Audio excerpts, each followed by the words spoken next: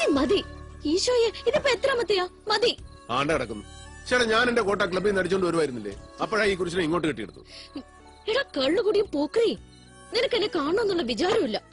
ഞാൻ നാണമില്ലാതെ വന്ന് കേറുമ്പോ കുറച്ചു നേരം അടുത്തിരിക്കാൻ വയ്യല്ലേ?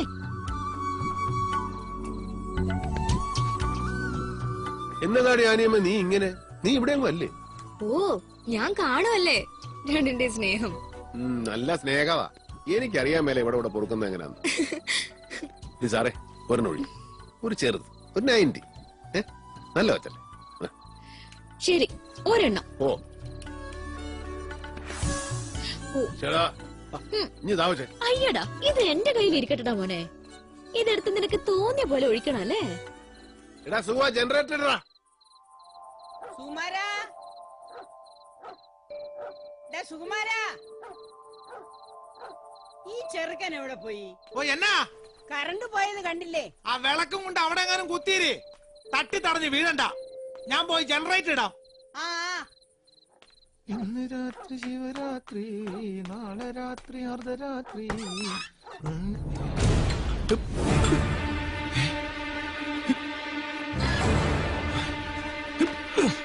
ഇച്ചായോ, ഇച്ചായോ, എന്നടാ?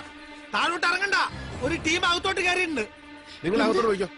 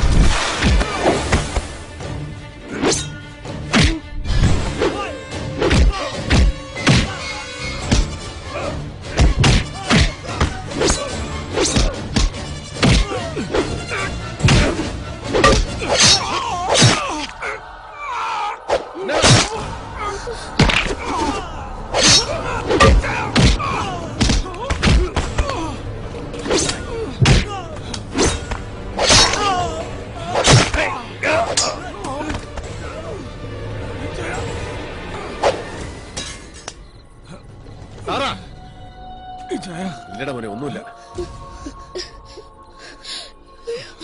വണ്ടി ഇറങ്ങ.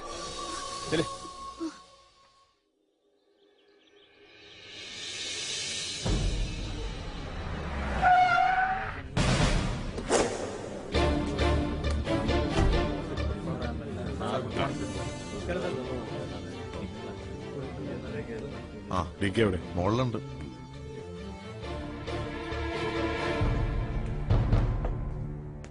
എന്താ ഡി കെ ഇത്? ആരായിരുന്നു അവര്?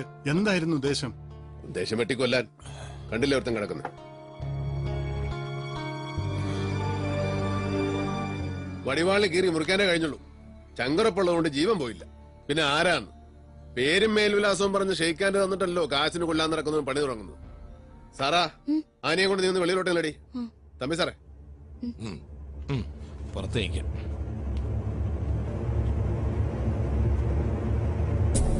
എന്നെ തീർക്കാൻ കാശ് കൊടുത്ത് പിള്ളേരെ വിട്ടത് ആരാന്നറിയാൻ 30 കിലോമീറ്റർ ചുറ്റളവിൽ ഞാൻ കാർ കൊടുത്തൊന്ന് ഇറങ്ങിയാ മതി. അതിനിനി സമയമുണ്ട്. പക്ഷെ എനിക്ക് അറിയേണ്ടത് വേറെ ചില കാര്യങ്ങളാ. അത് പറയാൻ തനിക്കേ കഴിയൂ രാജഗോപാലൻ. ഞാനോ? ഡി കെ, നീ എന്തായി പറയുന്നേ? നിന്നോട് മറച്ചു വെക്കാൻ എനിക്ക് എന്നതാടാ രഹസ്യ കളിയാ? വിളിക്കരുത് അങ്ങനെ. അത് കൂട്ടുകാർ സ്നേഹം മൂക്കുമ്പോ വിളിക്കുന്ന പേരാ. നീ എന്റെ സുഹൃത്താണെന്ന് ഞാൻ വിശ്വസിക്കുന്നില്ല. എനിക്കിഷ്ടമില്ല ആ സൗഹൃദം. പറ രാജഗോപാല, ചുണ്ടൻ ബൈജു നിന്റെ പേരാ പറഞ്ഞത്. അതിനപ്പുറത്തേക്ക് അവൻ അറിയില്ല. ആർക്കു വേണ്ടിയാ നീ അവനെ സെറ്റപ്പ് ചെയ്തത്? പുതുപ്പള്ളി താൻ മേടിച്ച തോട്ടം തമ്പാ ജോസഫിന്റെ അളിയേണ്ടതാ. അതെനിക്കറിയാം. പറ, ഏതൊക്കെയാണ് കണ്ണികൾ? ആ ചങ്ങല എവിടം വരെ നീളും? എന്നും ഒളിക്കാൻ കഴിയില്ല എവിടെയും എന്നെനിക്കറിയാൻ DK. നക്കാപ്പിച്ച കൈക്കൂലി വാങ്ങുന്ന നാറിയൊരു പോലീസ് ഓഫീസർ ആയിരുന്നില്ല തന്റെ പഴയ ഫ്രണ്ട്. ഒരുപാട് കാലം കൊണ്ടുണ്ടാക്കിയ ആ സൽപ്പേരെ ഒരു വലിയ തുകയ്ക്കൊരാൾ വില പറഞ്ഞപ്പോൾ ഒന്നും നോക്കാതെ ഞാൻ വിറ്റുപോയി. നീ പറഞ്ഞ റബ്ബർ തോട്ടത്തിന് പകരം ആർക്ക്? തമ്പാൻ ജോസഫിന്.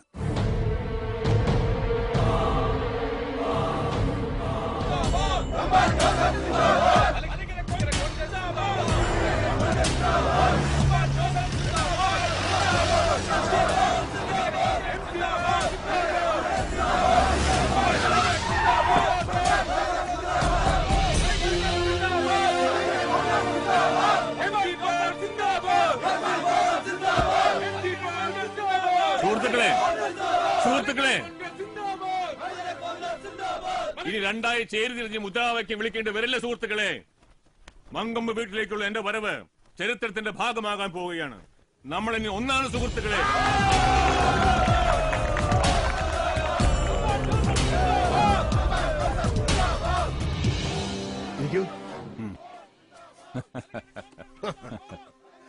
ലയനം എന്റെ സ്വപ്നമാണ് തമ്പാനെ. നമ്മുടെ പ്രവർത്തകന്മാരും തിരുസഭയും നമ്മുടെ എല്ലാ ബന്ധുക്കളും അത് ആഗ്രഹിക്കുന്നുണ്ട്. നമ്മൾ ഒരുമിച്ചൊരു പ്രസ്താവന, അതിന്റെ മേലിൽ കെട്ടിപ്പിടിച്ചൊരു പടം. നാളത്തെ മെയിൻ സ്റ്റോറി എല്ലാ പത്രക്കാർക്കും അത് തന്നെയാവും.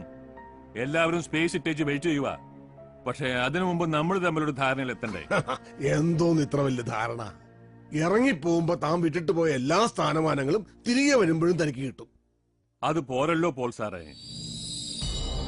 ഞാൻ പഴയ സ്ഥാനവും മാനവും കിട്ടുമോ എന്നറിയാൻ വന്നതല്ലോ. വില പറയാൻ വന്നവനാ ഞാൻ, വിൽക്കാനല്ല. ഞാൻ ചോദിക്കുന്നത് എന്തും തരാൻ തയ്യാറായിട്ട് വേണം പോൾ സാർ അവിടെ ഇരിക്കാൻ. വില പറയാനോ? നീയോ?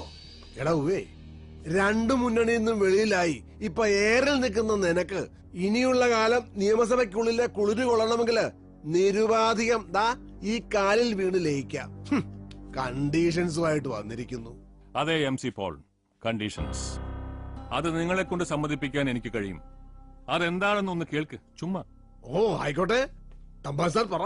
കടുത്തുരുത്തി ഉപതെരഞ്ഞെടുപ്പിൽ ഞാൻ നിർദ്ദേശിക്കുന്ന ആൾ സ്ഥാനാർത്ഥി. ലയനം കഴിഞ്ഞാൽ പാർട്ടിയുടെ റബ്ബർ സ്റ്റാമ്പ് ചെയർമാൻ നിങ്ങൾ, ജനറൽ സെക്രട്ടറിഷിപ്പ് എനിക്ക്. അടുത്ത തെരഞ്ഞെടുപ്പിൽ മുന്നണി അധികാരത്തിലെത്തിയാൽ എനിക്ക് മിനിസ്റ്റർഷിപ്പ്, അതും റവന്യൂ. ചിരിച്ചു തള്ളാതെ പൊളച്ചായ ട്രംപ് കാർഡ്, തുറുപ്പ് ചീട്ട് കൈ വെച്ച തമ്പാൻ ജോസഫ് ഇരിക്കുന്നത്. നിങ്ങളുടെ കൂടും കുടുക്കയും എല്ലാം കൂടെ വെട്ടാൻ പോകുന്ന തുറുപ്പ്.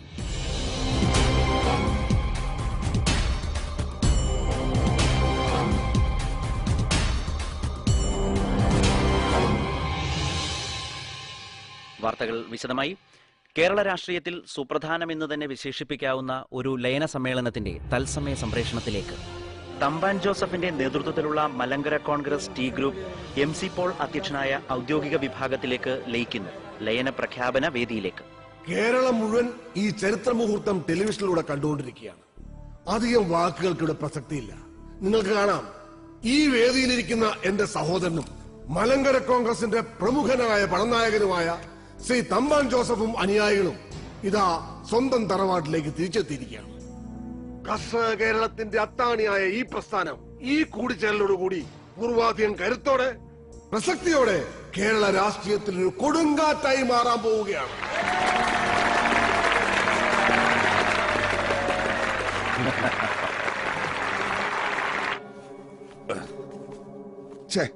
ചീഞ്ഞ കതറ്. നമ്മുടെ രാഷ്ട്രീയക്കാർക്ക് എന്നാണ് മെനയുള്ള വല്ല ഇട്ടുകൊണ്ട് നടക്കുന്നത്? ഇതിപ്പോ ലയന സമയമല്ലോ, ഇന്ന് കതറ് മസ്റ്റാ. ഓ, ഡൽഹിയിലെ രാഷ്ട്രീയക്കാരൊക്കെ എന്നെ സ്റ്റൈലാന്നറിയാവോ? അവര് പകല് മാത്രമേ ഈ ക്ലാപ്പെടുത്തുള്ളൂ, ചുമ്മാ നാട്ടുകാരെ കാണിക്കാൻ. രാത്രി പിന്നെ അവിടെ ഉള്ളമാർക്കൊന്നും തുണിയെടുക്കാൻ നേരം കാണത്തില്ലല്ലോ. ലേസ ഡേവിഡോ? ഓ, താനെന്നാ? മലങ്കര കോൺഗ്രസിന്റെ മഹാലയന സമ്മേളനം നടക്കൂല്ലയോ കുഞ്ഞെ? തമ്പാന്റെ വിമത ഗ്രൂപ്പും പോൾ സാറിന്റെ ഔദ്യോഗിക ഗ്രൂപ്പും തമ്മിൽ ലയിച്ച് വേസ്റ്റാവുന്ന മേള കാണാൻ പോകുന്ന വഴിയാ. കൂട്ടത്തിൽ നീ ഇവിടെ ഉണ്ടായ നന്നായിരിക്കും തോന്നി. അല്ലടാ സെവി, നീ ആ കേസ് വിട്ടോ? ഏത് കേസ്? ചേടാ, നീ നിന്റെ അനിയനെ കൊന്നവനെത്രയ്ക്ക് തേരാപ്പേര നടക്കുമായിരുന്നല്ലോ. ഇടയ്ക്ക് വെച്ച് നിന്റെ ആവേശം കുറഞ്ഞല്ലേ? ഞാൻ പക്ഷെ അതിന്റെ പുറകെ തന്നെ ഉണ്ടായിരുന്നു. ആളെയാൻ പിടിച്ചു. ആരാന്ന് ചോദിക്കടാ ചെറുക്ക, നിനക്കറിയണ്ടടാ. നിന്റെ അനിയൻ ചെറുക്കന്റെ കഥ ഒരു വല്ലാത്ത കഥയാടാ ഉമ്മി. രാജയോഗമല്ലായിരുന്നു. മുന്നിൽ വിരിച്ചിട്ട പട്ടുപരവതാനി കൂടെ നടന്നു ചെന്ന് നസ്രാണിപ്പടയുടെ പുതിയ ഇടയന്റെ ചെങ്കോലും കിരീടവും ഏറ്റുവാങ്ങാൻ നിന്ന ചെറുക്കന്റെ വയറ്റിലല്ലയോ ഒരു പിച്ചാത്തേറി 4 തിരിയങ്ങ് തിരിഞ്ഞത്. അത് ആര് ചെയ്തു എന്ന് പറഞ്ഞ് തുലക്കാടാ ഇവിടെ. തുലക്കാടാ, അതിനല്ലേ ഞാൻ ഇറങ്ങി പുറപ്പെട്ടിരിക്കുന്നേ. സിബ്ലിംഗ് റൈവൽറി, ആദാമിന്റെ പിള്ളേര് തമ്മിൽ തുടങ്ങിയ വൈരാഗ്യവാ. MC പോളിന്റെ മോനെ, MC പോളിന്റെ ബദ്ധശത്രു തമ്പാനെ കൂട്ടുപിടിച്ചൊരു പോലീസ് ഉദ്യോഗസ്ഥനെ വിലക്കെടുത്ത് അവൻ വഴി പരോളിലിറങ്ങി ഒരു ക്രിമിനലിനെ വാടകയ്ക്കെടുത്ത് ബെന്നി പോളെന്ന നാളത്തെ നേതാവിനെ കൊല്ലാൻ മാത്രം ചങ്കുറപ്പം നിന്നെ കൊണ്ടെന്നറിഞ്ഞപ്പോ എന്റെ പൊന്ന് സേവിച്ച ഞാൻ അറിയാവുന്ന അടങ്ങി. സ്വന്തം കൂടപ്പുറപ്പിനെ കൊല്ലാൻ കാണിച്ച ക്രൂരതയോർത്തിട്ടല്ല. എന്റെ മുന്നു കർത്താവേൻ ഇവനാണല്ലോ മലങ്കര പാർട്ടിയുടെ തലപ്പത്ത് കയറിയിരുന്ന ഈ നാടിനെ സേവിക്കാൻ പോകുന്നതല്ലോ എന്ന് ഓർത്തിട്ടാ. സ്വന്തം അനിയൻ ചത്താലേ തനിക്കൊരു രാഷ്ട്രീയ ഭാവിയുള്ളൂ എന്ന തിരിച്ചറിവിന്റെ കാര്യത്തിൽ നീ MC പോളിന്റെ മോൻ തന്നെ. ഉണ്ണി, തോട്ടത്തിന്റെ കിഴക്കേ മൂലയ്ക്ക് ഒരു കുഴികുത്താൻ പറയടാ. ഇവനെ അടക്കേണ്ട നേരമായി. ഡേവിഡ് ജോൺ കൊട്ടാരത്തിൽ, നീ അറിഞ്ഞ സത്യങ്ങൾ നീയും കൂടെ ആ കുഴി കിടന്നങ്ങ് വിശ്രമിക്ക്. നിനക്ക് RIP. അതെനിക്ക് ബോധിച്ചു. ഡേവിഡിനൊരു കുഴി, അതും തോട്ടത്തിന്റെ കിഴക്കേ മൂലയ്ക്ക്. ശവപ്പെട്ടിയുടെ മൂടി വെക്കുന്നതിന് മുമ്പ് നീ നടത്തിയ കൽപ്പന എനിക്ക് വളരെ ബോധിച്ചു. കൊട്ടാരത്തി ജോണിന്റെ മോൻ ഡേവിഡ് 1.5 വയസ്സിലാ പിച്ച വെച്ചു തുടങ്ങിയത്. അന്നെങ്ങും വീണിട്ടില്ല, തപ്പിയും തടഞ്ഞും പിന്നൊരു വീഴ്ച അതും ഉണ്ടായിട്ടില്ല ഡേവിഡിന്. ആ ചരിത്രം തിരുത്തി എഴുതാൻ നീയല്ല, നിന്റെ അപ്പനല്ല, അയക്കൊരപ്പനുണ്ടായിരുന്നെങ്കിൽ അയക്കും കഴിയലടാ കഴിവറി. നിന്നെ കൊണ്ടുപോകാനാ ഞാൻ വന്നത്, നിന്നെയും കൊണ്ടേ ഞാൻ പോകും. സുഖം പിടിച്ചോളാം.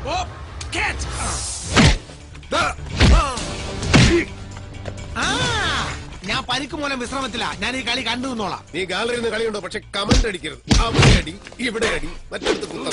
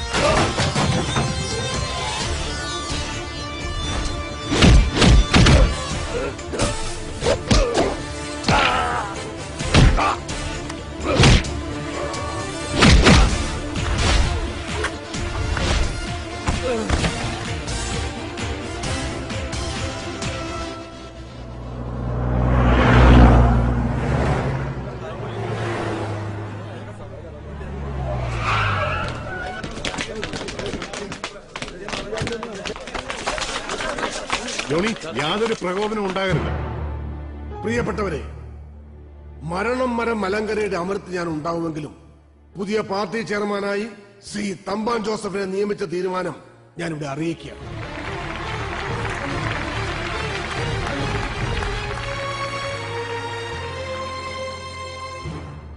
മറ്റൊരു തീരുമാനം മാധ്യമലോകത്തെ അറിയിക്കാനുള്ളത്, ശ്രീ ഉമ്മച്ചന്റെ രാജിയുടെ പേരിൽ കടുത്തുരുത്തിയിൽ നടക്കാനിരിക്കുന്ന ഉപതെരഞ്ഞെടുപ്പിൽ എന്റെ പുത്രനും മലങ്കര യുവജന ഫെഡറേഷന്റെ പുതിയ പ്രസിഡന്റുമായ ശ്രീ സേവ്യർ പോൾ മത്സരിക്കാൻ പോകുന്നു എന്നുള്ളതാണ്. സേവിച്ചൻ വേദിയിലേക്ക് വരണം. സേവിച്ചൻ.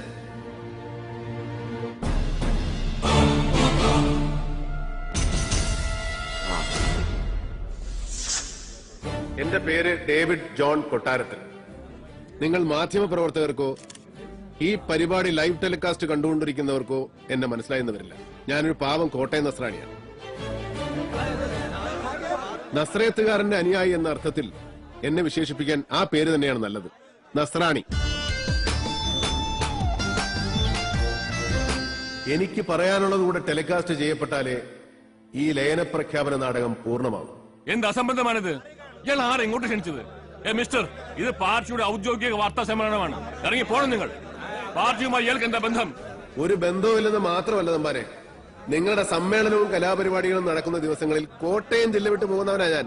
നിങ്ങൾ ജനങ്ങളുടെ മുമ്പിൽ വിളിച്ചു പോകുന്ന നോൺസെൻസും അവരുടെ മുമ്പിൽ നടത്തുന്ന പൊറാട്ട നാടകവും കണ്ട് സഹിക്കാൻ വയ്യാത്തതുകൊണ്ട് ഇന്നിവിടെ വന്നത്. പക്ഷേ നിങ്ങളുടെ സംപൂജ്യരായ നേതാക്കന്മാരുടെ മുമ്പിൽ വെച്ച് ഈ മാധ്യമപ്രവർത്തകരോട് 2 വാക്ക് പറയാനാണ്. അതിനുള്ള അനുവാദം ഇവര് തന്നാ മതി. മിസ്റ്റർ ഡേവിഡ് ജോൺ കൊട്ടാരത്തിൽ, നിങ്ങൾ പറയണം, ഞങ്ങൾ കേൾക്കാൻ തയ്യാറാണ്. അതിനോട് ഒരുത്തന്റെ അനുവാദം ആവശ്യമില്ല. You proceed mister David. അയാൾ പറയട്ടെ, അയാൾക്ക് പറയാനുള്ളത് കേൾക്കണ്ടല്ലോ.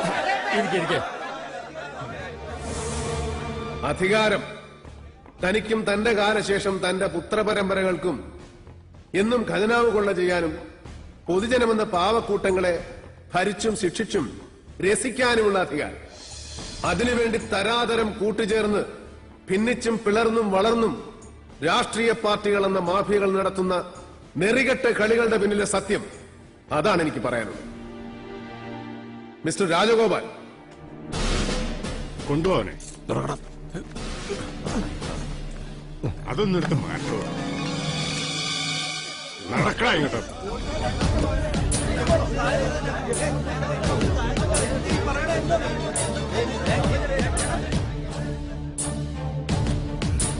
എന്താ ഇത്? മിണ്ടിപ്പോരുത്, ഇരിക്കണോ അവിടെ. നീക്കടാ.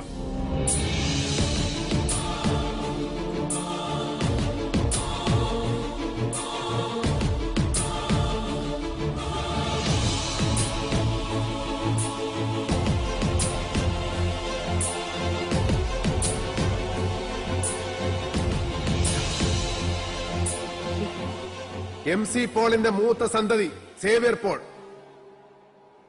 തന്റെ രാഷ്ട്രീയ ഭാവിക്ക് തന്തപ്പടിയിൽ നിന്ന് അധികാരത്തിന്റെ ചെങ്കോലും കിരീടവും ഏറ്റുവാങ്ങാൻ സ്വന്തം അനുജൻ തടസ്സമാണെന്നറിയുന്നു. അനിയനെ വാടക ഗുണ്ടായി ഉപയോഗിച്ച് കൊലപ്പെടുത്തുന്നു.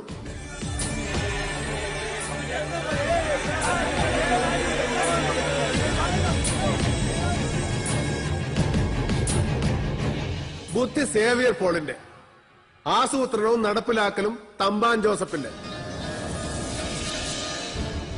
എല്ലാ സത്യങ്ങളും പറഞ്ഞ മലങ്കരയുടെ പരമാധികാരി MC പോളിന് വേറെ നിവൃത്തിയില്ലാതെ പോയി തമ്പാൻ മുന്നോട്ട് വെച്ച ലയന ഉടമ്പടിയിൽ ഒപ്പുവെക്കുകയല്ലാതെ.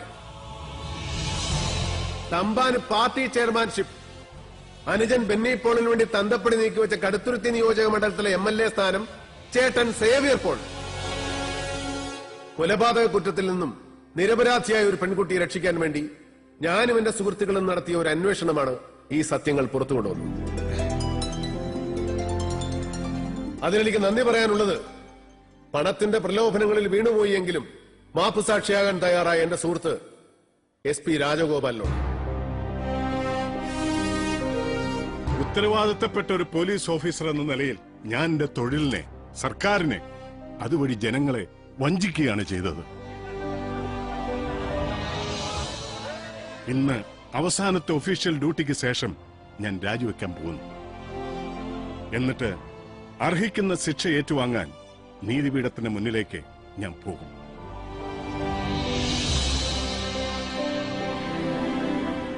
എന്നാ പിന്നെ ഇതുകൂടി മാധ്യമ പ്രവർത്തകർ കേൾക്കണം. സത്യസന്ധതയോടെ യഥാർത്ഥ ജനസേവകൻ എന്ന നിലയിൽ രാഷ്ട്രീയ പ്രവർത്തനം നടത്താൻ ഇനിയുള്ള എന്റെ ജീവിതം ഞാൻ മാറ്റിവെച്ചിരിക്കുകയാണ്. ജനങ്ങളുടെ പോക്കറ്റ് അടിക്കുന്നവനല്ല, ജനങ്ങളുടെ രക്ഷകനാകണം പൊതുപ്രവർത്തകൻ എന്ന സത്യം ഞാൻ തിരിച്ചറിയുന്നു.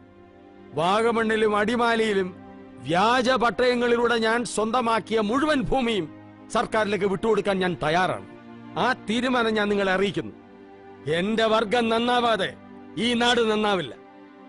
രാഷ്ട്രീയക്കാരിലെ ബഹുഭൂരിപക്ഷ എരപ്പാളികൾ നന്നായില്ലെങ്കിൽ ദൈവത്തിന് പോലും ഈ രാജ്യത്തെ രക്ഷിക്കാനാവില്ല.